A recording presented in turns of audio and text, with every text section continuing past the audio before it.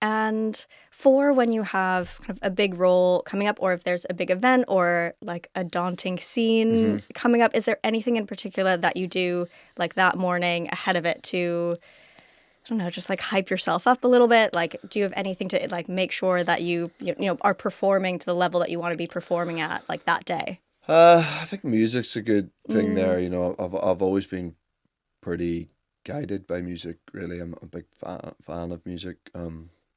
Particularly when I was younger, I have to say. Again, it's harder now. Like, you know, my Spotify playlists are all my kids' stuff. You Yeah. know, and I can't just select like random stuff on there anymore because it's just like, I mean, they're starting to like better music at the older they get, so I see some decent stuff in there.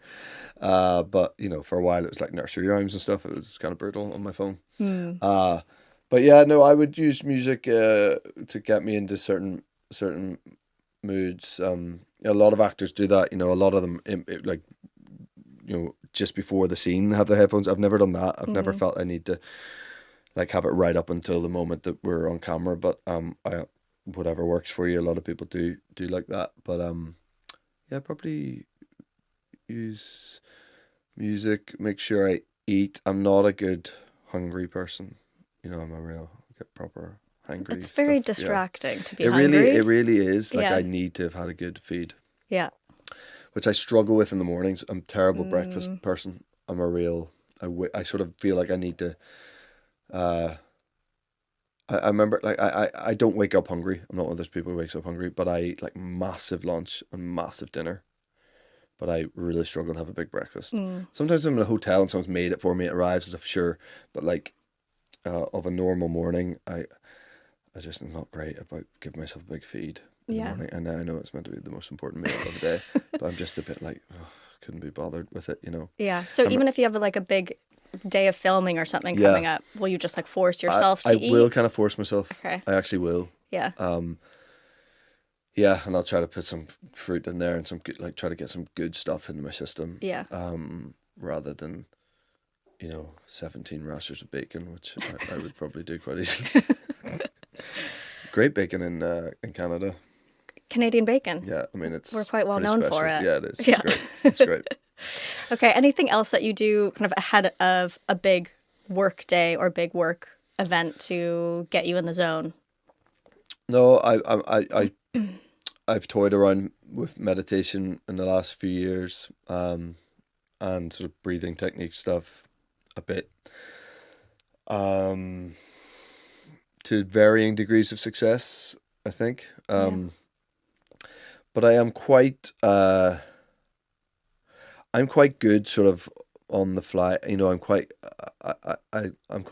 good at instinctively putting myself in the right place mentally. I think that seems to be a bit of a strength that I maybe have, that I'm able to get myself up in the right way for the right thing or whatever it is, you know, without too many tricks. Probably not what you want to hear. You probably want to hear all this like endless list of wellness techniques that I have. Or just like, where do you think that strength came from? I don't know. You know, I think probably my parents and my dad. My dad was just I lost him a couple of years ago, but he was a very, very, very, very definitely the most positive person I've ever met in my life. So he was always able to just be up for stuff and get himself in the right place, in the right mood. Yeah. I very, very rarely saw my dad in a bad mood, if ever. Genuinely mean that. He was never grumpy, ever. So it's pretty impressive. It's pretty impressive. So I think I have an element of that. Yeah. Yeah. Interesting, actually. Yeah. And I guess with that, can you talk to us a little bit about kind of mental resilience? Yeah. I imagine the industry that you're in is quite a tough one. Yeah. Kind of in the public eye. Yeah. Very critical industry. Yeah. How do you manage to be in the thick of that all the time? It's not that fun a lot of the time, Yeah. that aspect of it, you know. I feel really lucky that the sort of the bigger success stuff and the bigger sort of more global attention-y stuff happened late 20s, early 30s when I met my wife, when we were starting a family, got married, started a family. So my entire focus from the time that I've had more eyes on me has been on my family. That's really helpful. So I'm not there in my early 20s being handed the world and going, hey, this is great. And I'm going crawl out of clubs at 4 a.m. in LA and like deal with all of that scrutiny and whatever that would bring, and all that sort of young naivety that you have and those reckless things you do as a kid and stuff. You know, I when the spotlight's been on me, haven't been in those situations, I guess. Yeah. Which has been really helpful, I think. And like it's been good to me. You know, I'm in a great place with everything, and so I've always been really good at separating my work from my life. I really genuinely don't see being an actor as a lifestyle. I see it as just my job. Yeah. And I've got amazing friends in the same industry, like brilliant people that have been in my life for nearly 20 years now that I love, that will be in my life until the day I fall over and stop breathing. But I still have the same group of mates that I grew up with, and none of them work anywhere near the entertainment industry. So I think that's really benefited me personally. And I'm able to, if you stay in the noise all the time, you'll be really affected by the noise. And I'm really good at getting away from the noise. Yeah. And it's really helpful. That is a good skill. And I think it's something that a lot of people struggle with, no matter what their job is or what industry they're in, is as soon as those stressful bits of life start creeping in and infiltrating every other bit of your life. Sure. That's when it just becomes way too overwhelming. No, sure. And then you're thinking about it all too much. You know, if you're only surrounding yourself with other people who are talking about the same industry or whatever, it's mad. Like, because then you start pitting yourself up against other people, and you think, well, what job did you say? Why haven't I been offered that? What, just, it's nonsense. It's noise. Like, you just got to be like, things are good for me. I just accept that whatever's happening and the way things are going now is working for me. Yeah. And just block out all of that other stuff, which I think I've been able to do pretty well. Yeah, nice. And for times at work or just in life that have been particularly stressful or particularly challenging at those kind of peak stress times, can you give us some examples of what that looks like, and how do you manage that kind of stress? I think I've always had in the most heightened of those moments, I've had kids. Honestly, like my wife and I, all our energy goes into those kids. Like, really, it's just not about me. I'm not thinking of me in those moments. There's always these other three people, or the different times when it was two of them or one of them, whatever. But there's always been, as I say, with the timing of when my career started really sort of happening in a sort of big way, was when we started a family. So honestly, I've always just been like, let's not get bogged down talking about me, because this is way more important that we have these kids. I'm a big walker. Like, I love going out walking. I think that's a really underrated. I despise laziness. Like, I just cannot handle it.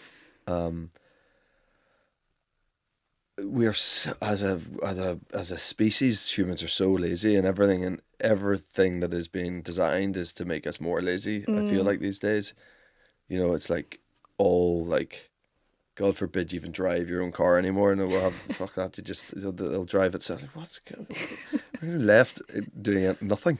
Like, I can't stand it. I really hate it. I'm gonna stay as sort of analog as I can for as long as I can. I really just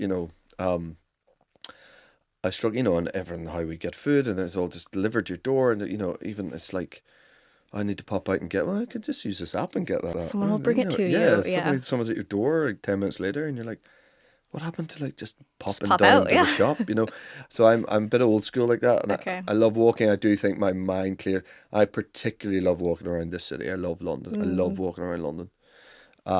So I always be trying to walk places. I'm the worst version of myself if I'm in the back of a car and there's traffic and I have no control over what happens. Yeah. And that can happen a lot in London because traffic's bad here. It's such a busy place. So I'm always like, if people are like, can we get your car? I'm like, no, I'll get the train and I'll walk. And I then I feel like I'm in the control of my own destiny. Yeah. Unless there's a train strike. And then I'm buggered. But, like, I like to, I love walking around with music in my ears. Honestly, just walking around the city, it's like my happy place. Yeah. Like, it really is. And I think your mind just clears. And just taking, I'm honestly like, it's like something of a, today I got the train and I walked and I was like, it's beautiful, sunny day, and you're seeing buildings differently, and like you're seeing them for the first time. I become like I'm in a, music video or something sometimes. I become really aware of my surroundings. I think it's so good for your mind. Yeah. And it means you're not on your phone, really, if you're walking. I mean, you are, but you're knocking into people and you're being that nightmare person who won't look up, and yes, they're on a such collision a pet course peeve with of you. mine. Oh my God. Then you're like, you're going to have to look up. 'Cause Yeah. I'm trying to, but you keep, so I can't stand that. So I, and then, yeah, I think if I'm back in the car, then you just sit on your phone, don't you? And I think that's really, the phone thing gets me. I can't handle it. Yeah. I really try to find ways to not be on my phone. I find walking a really good way. Yeah. I know my music is coming from my phone, sure, but I will literally just press play and put my phone in my pocket and really try not to. Yeah. To look at it. I am also a big walker. Yes.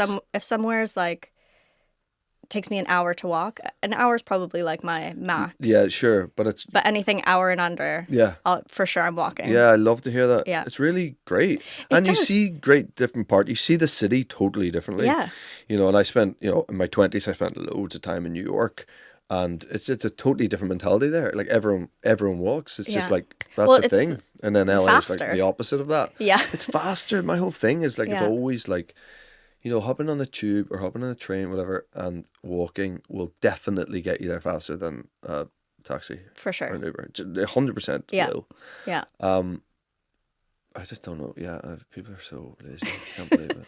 Well, I feel like, so something that we've been exploring a lot is how so many elements and aspects of our modern culture have forced us to live in a way that isn't optimal for how we are actually designed as humans. Mm-hmm. So we're living in a way that's actually species atypical. Right. So it forces us to live in ways that are just unhealthy for us because we're physically, literally not designed to live in the ways that our modern culture encourages or sculpts us into. Yes. And so many of the things that you've mentioned, so like family, community, getting outside, walking, that's all stuff that is what we are like biologically programmed to do. Yeah, sure.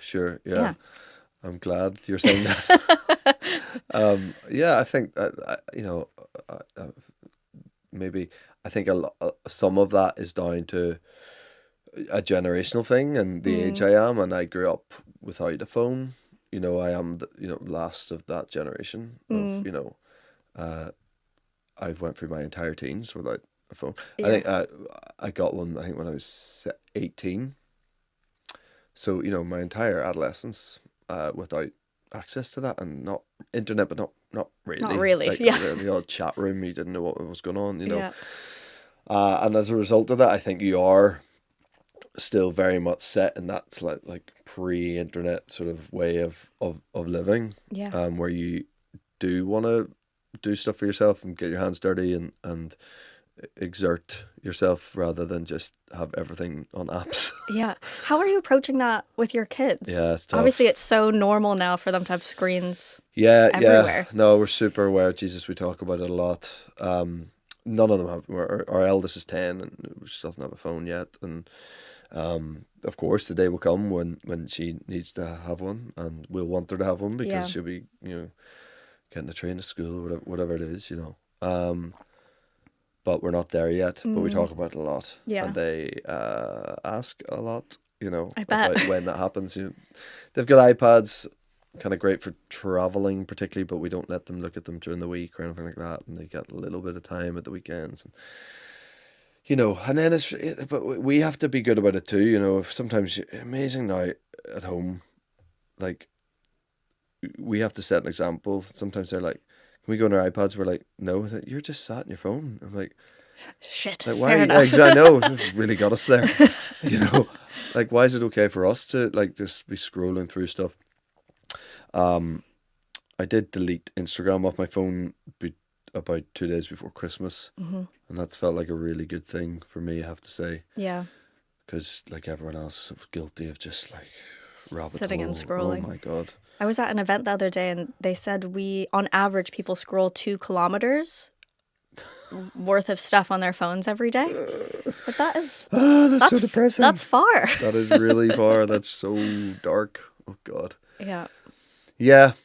Yeah. My wife and I both deleted it, and she's got some other thing. I'm sort of slagging her off a bit, like it's a replacement that she's found, but she claims it is some more sort of highbrow good for thing. you. Yeah. It's like I don't remember the name of the app, and so I'm not going to give it a plug.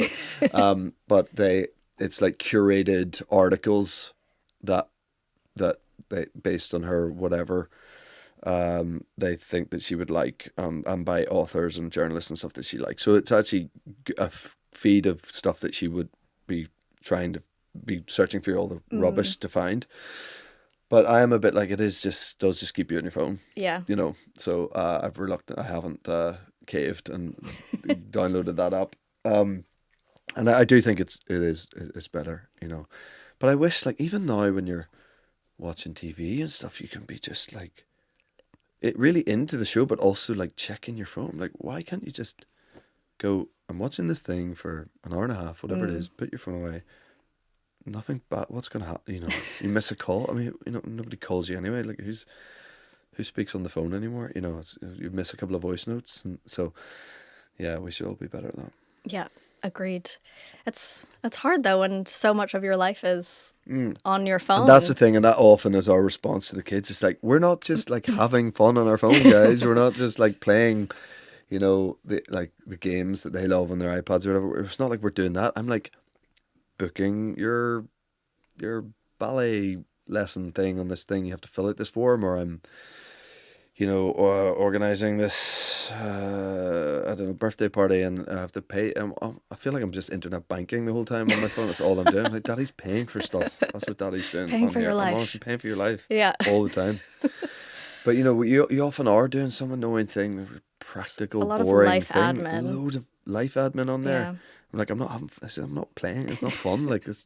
Oh, God.